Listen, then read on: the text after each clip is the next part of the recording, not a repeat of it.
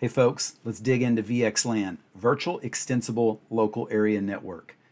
VxLAN is often spoken of in the same breath with EVPN, Ethernet Virtual Private Network, which is all well and good because EVPN is the control plane that brings automation, dynamics, and scalability to a VxLAN environment. But VxLAN by itself is worth looking into, especially when you're learning about this and you want to decouple the two and make sure you understand what is VxLAN and what is EVPN. After all, EVPN doesn't need VxLAN. VxLAN doesn't necessarily need EVPN, but it does if you want to scale it and make it more automated, okay? EVPN can also provide control and automation to an MPLS data plane, or I even understand a provider backbone bridging PBB data plane as well. What I want to look at here is VxLAN by itself statically configuring the endpoints of those VxLAN gateways. The VxLAN gateway is that device that does the Ethernet to VxLAN encapsulation so that it can be sent over an IP core. All right, so sit back. I hope you enjoy this, and let's dig in. Okay, here's the topology we're going to use.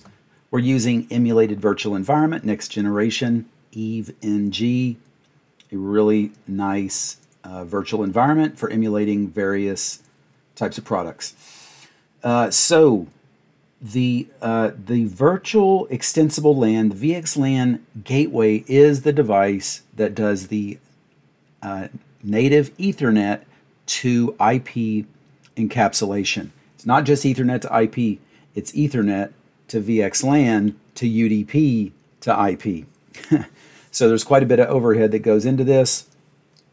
But what's going on is the Ethernet frame, and let me just show you here. What we're doing is we're emulating a layer 2 environment where host 1, host 2, and host 3 can all communicate as if they are on the same local area network. This is very cool. Over the years, there's been a lot of ways of emulating layer 2. There will always be a requirement for this in service provider networks. The Metro Ethernet Forum has standardized various types of Ethernet over the wide area. There's always been a need for this, for cellular backhaul, for wholesale Ethernet. So data center to data center interconnect, as they call it, there's always been a need for it, and there will continue to be. So this is just another way of doing it. Interestingly, VxLAN is how to emulate Ethernet over a pure IP core. I say pure meaning you don't need MPLS in that core. You don't need anything fancy, just an IP routed core. And so I think that's why VxLAN has gained popularity, is because everybody has an IP network anyway. Okay, let's just emulate layer 2 over it using VxLAN. Great. EVPN MPLS isn't as popular, and I think it's probably because of what I just said, is that everybody has an IP network and not everybody has an MPLS network. So we're going to look at VxLAN, like I said in the intro, over using static Vtep interfaces, VTEP, VxLAN tunnel endpoints, which is really just the loopback address of your VxLAN gateways that are doing that encapsulation. So enough talk, let's dig into this. Right here, VMX R10, R20, and R30 are the VxLAN gateways. Okay, now that's the overlay. That's where we want to emulate layer 2 between these hosts, these computers.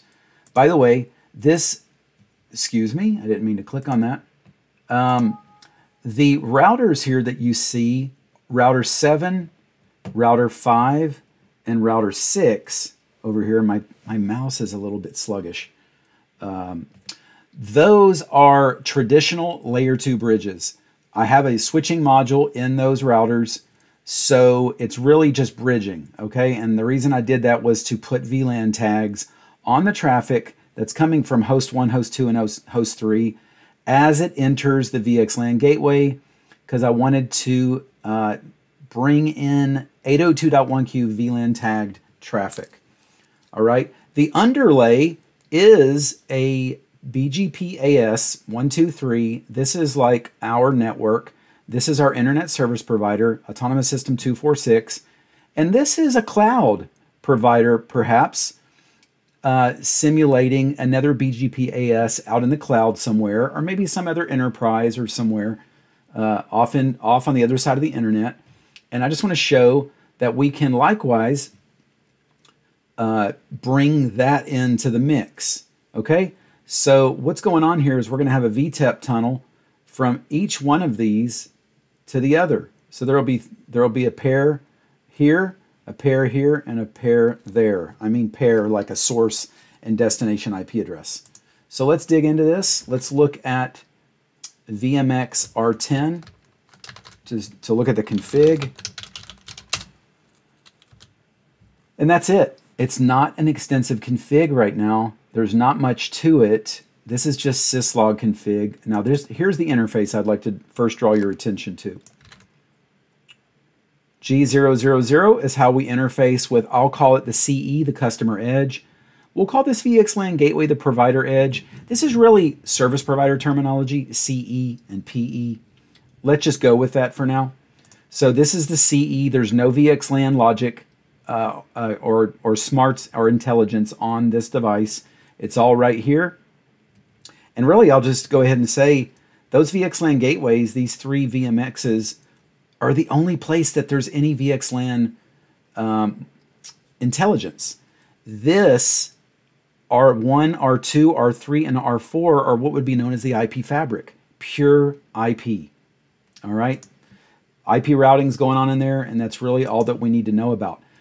In that IP fabric, remember, you need to provide reachability to the loopback addresses of each one of these VMXs, these VXLAN gateways, okay? Because that's where the tunnels, the VXLAN tunnels are sourced, and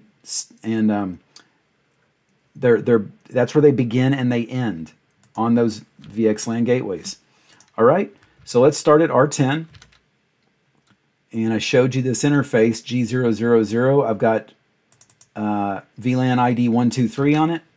That's the VLAN that's going on between here and carrying the traffic from this host. Let's go down, and this is, now I've deactivated this for now, so you don't even have to look at that. I have deactivated BGP. Okay, so just pretend that that's not there.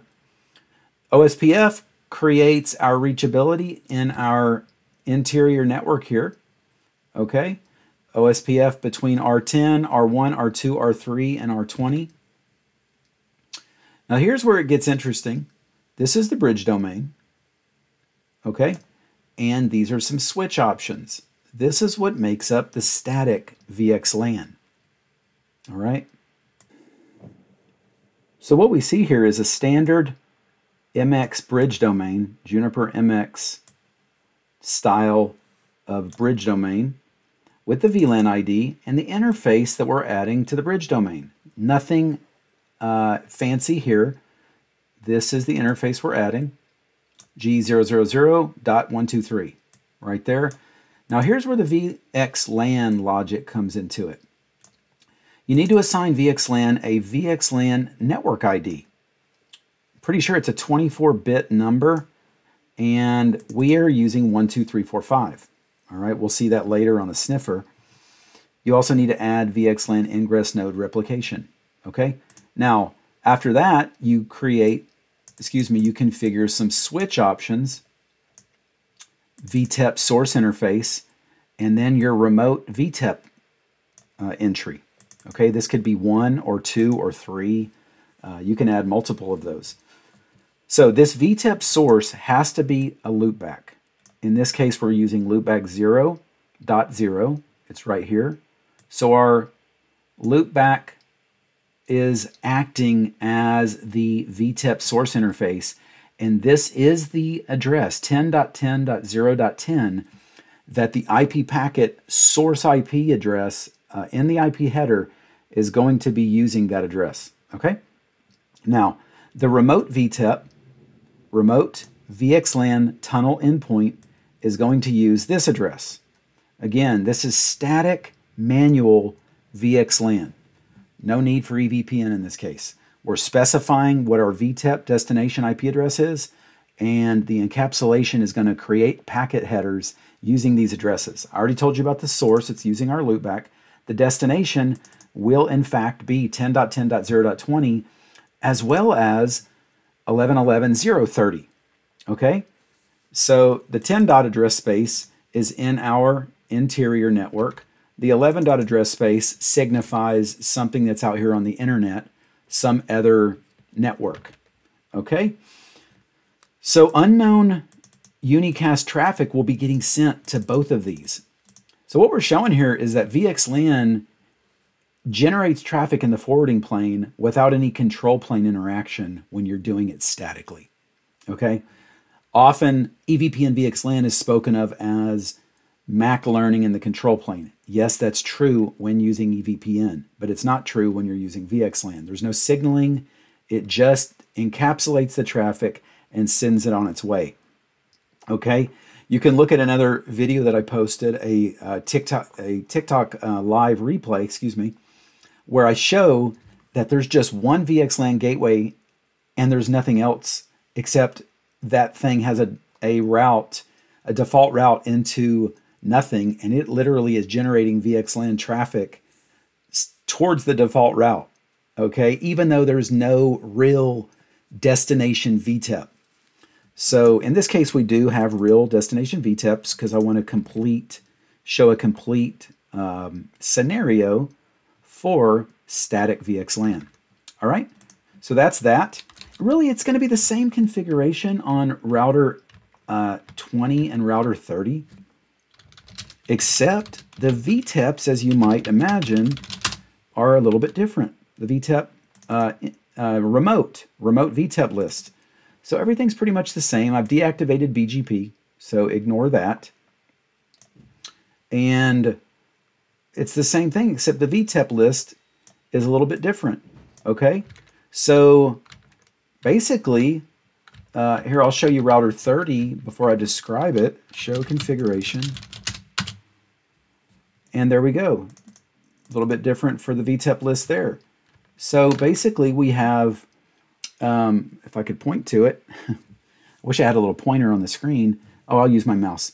So router 10 points to 11.11.0.30 and 10.10.0.20. Router 20 points to 10.10.0.10 and 11.11.0.30. Router 30 points to 10.10.0.10 and 10.10.0.20. I think I said that correctly, but you get the picture. All right, you statically configure those to point in either direction. So now when you look at, and I've got some of the verification commands here. When you look at show layer 2 learning, no, I don't know if I want to show that one just yet. This one, show layer 2 learning VXLAN tunnel endpoints, remote.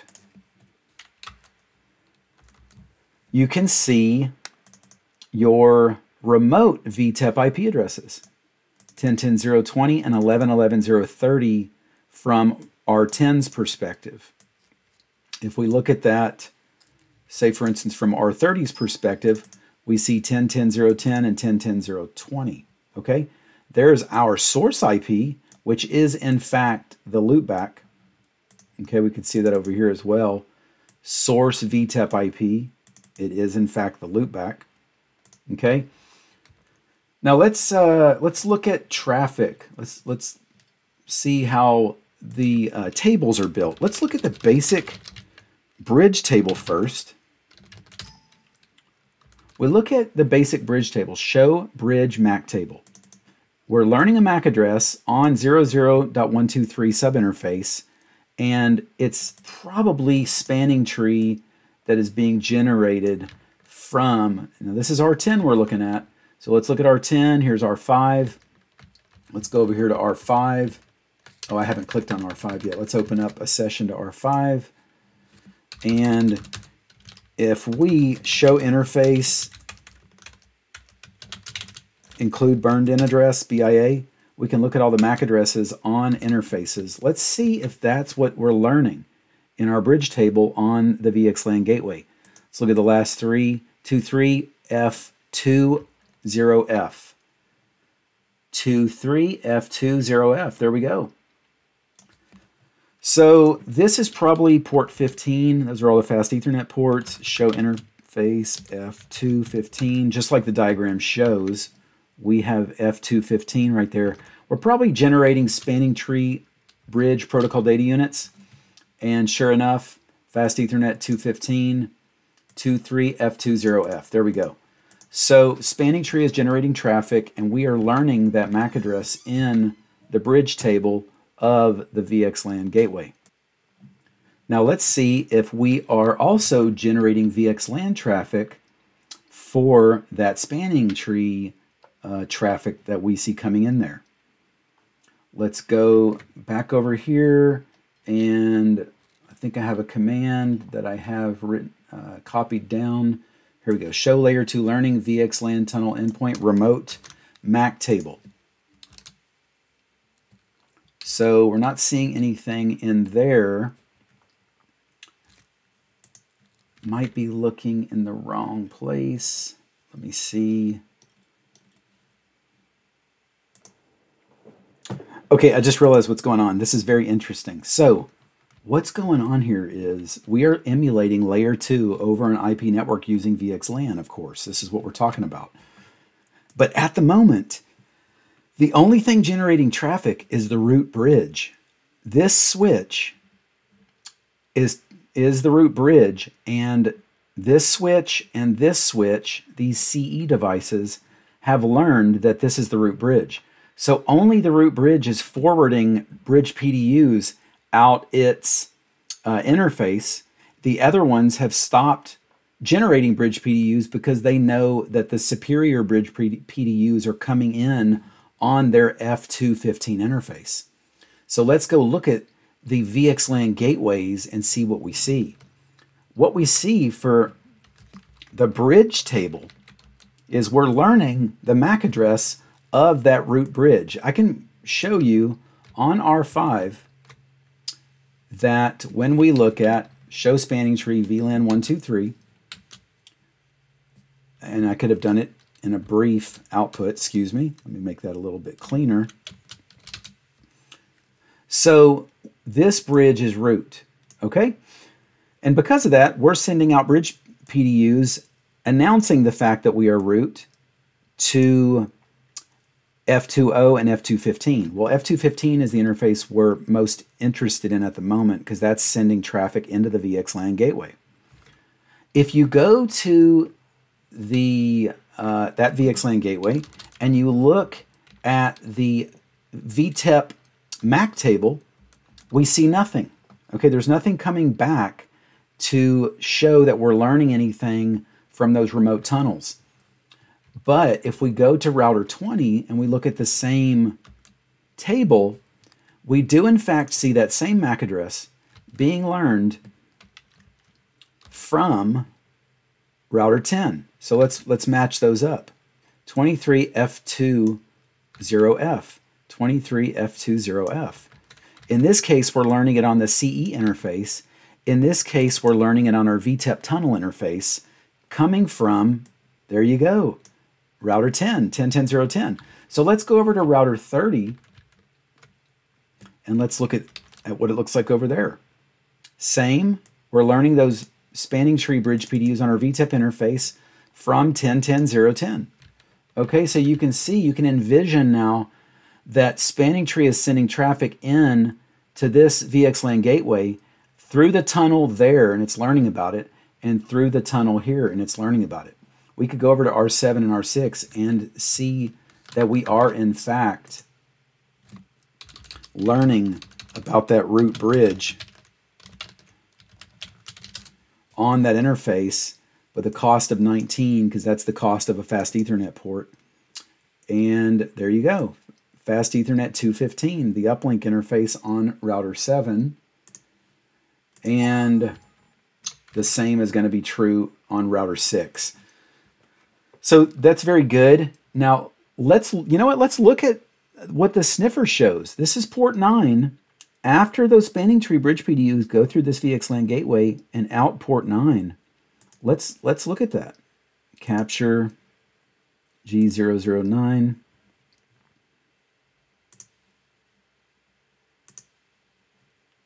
And we will see, what is it, every 3 seconds or so that we're generating spanning tree traffic. 23 F2OF. Okay, now we're looking at this on this VMX right here, port 9. Now why are we, I'm going to stop this. Why did we get 2 and then 2 more and then 2 more? You know, we could even look at the timestamp. Go in the frame, look at the time interval, 14:31:28, 14:31:28. Just a microsecond later. So 14:31:28, then again 14:31:30, 14:31:30, 14:31:32, 14:31:32. So every time hack, which is every couple seconds, we're getting 2 spanning tree bridge PDUs. Well, let's dig into this a little closer. If we look at each one, let me get rid of this. I don't want the time to be expanded. And let me see if I can get it to stop. Why is it? It just continues to expand itself. That's annoying. Oh, I need to maybe click on something else. Yes, I had to click on something else. Okay, so if we look at the first packet, source 10.10.0.10, destination 11.11.0.30. Let's go to the next one. Look at that. I'm going to toggle back and forth so you can see, if we're looking down below right here, as I toggle back and forth between those 2 that are generated from the VXLAN gateway at the same time, it's generating traffic across both of those VTEPs going out, okay? So that's what we see.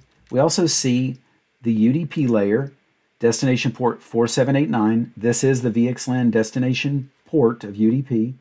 We now see the VXLAN layer, the VXLAN network ID 12345.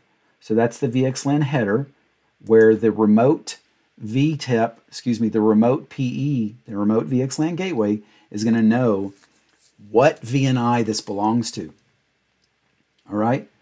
And then furthermore, let's dig in a little more in the flags. Okay, I don't see any mention of the VLAN in there, but we do here. In 802.3, let's dig in here, and if we look at spanning tree, we find that we are part of VLAN 123. So this is a function of PVST plus, Cisco's per VLAN spanning tree. And so here we're seeing that this spanning tree traffic is getting VXLAN encapsulated and sent across the network, across this emulated layer 2 network. So this is great. Let's shut the sniffer off. Let's generate some traffic from host 1. Let's go over to host 1, and I probably will start up a fresh sniffer capture on port 9. Okay, let's go. And I think I'm going to say not STP, not spanning tree. I don't want to see that. I'm also going to say not OSPF. I don't care about looking at OSPF right now either. And not OSPF. Okay. And can I get rid of anything else? I don't want to get rid of anything else. I don't want to miss anything interesting in what we're about to do. So let's go to host 1. Show, this is a virtual PC that's built into EVNG. It's just a nice little computer, virtual computer to test from. And so, as you can see, I have no IP gateway on my subnet. I don't need it. I'm emulating layer 2, and I want to test traffic between the hosts. So let's look at host 1. It is 192.168.123.10. Let's look at host 2.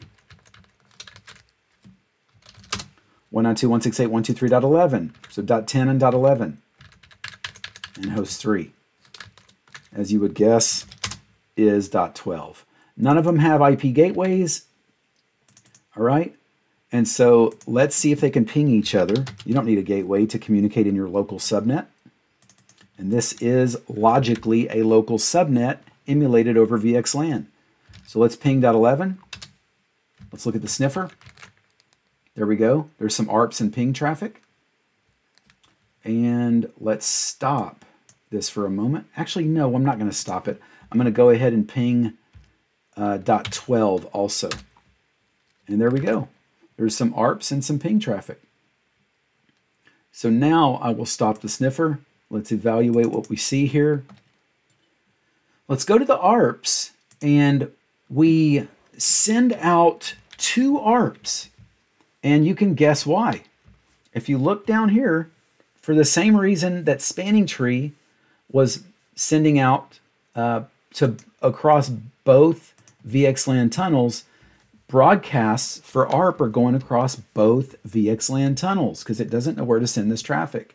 It needs to reach throughout the broadcast domain, the VXLAN domain, to be able to query whoever's out there who has this IP address.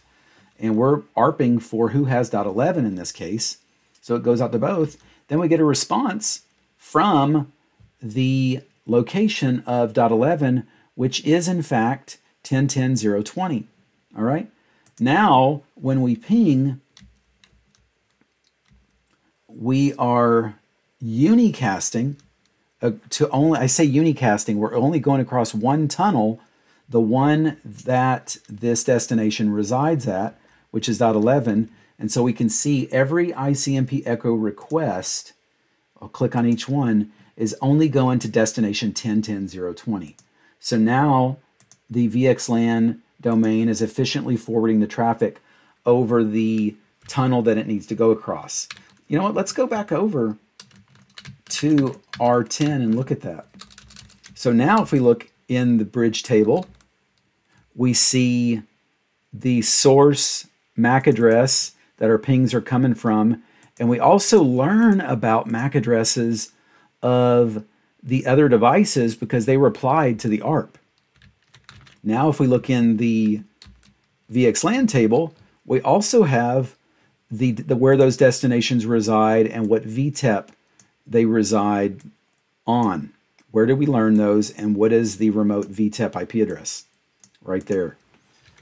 So we could go further, and the same is true over again for when we pinged, what was it, 11.11, excuse me, no, it was 192.168.123.12, which was the simulated cloud provider where we have another VXLAN endpoint. All right. Well, that's pretty much all I've got for now. I'm just gonna wrap it up here and say this was fun. I'm going to be doing another video later on adding EVPN, removing the static VTEP list, removing that, putting EVPN in there, and let's look at how multi-protocol BGP with EVPN signaling discovers those remote VTEPs automatically and generates that full meshing between the VXLAN gateways dynamically so that you don't have to create those static tunnels yourself. All right, well, this was fun, and I look forward to the next one.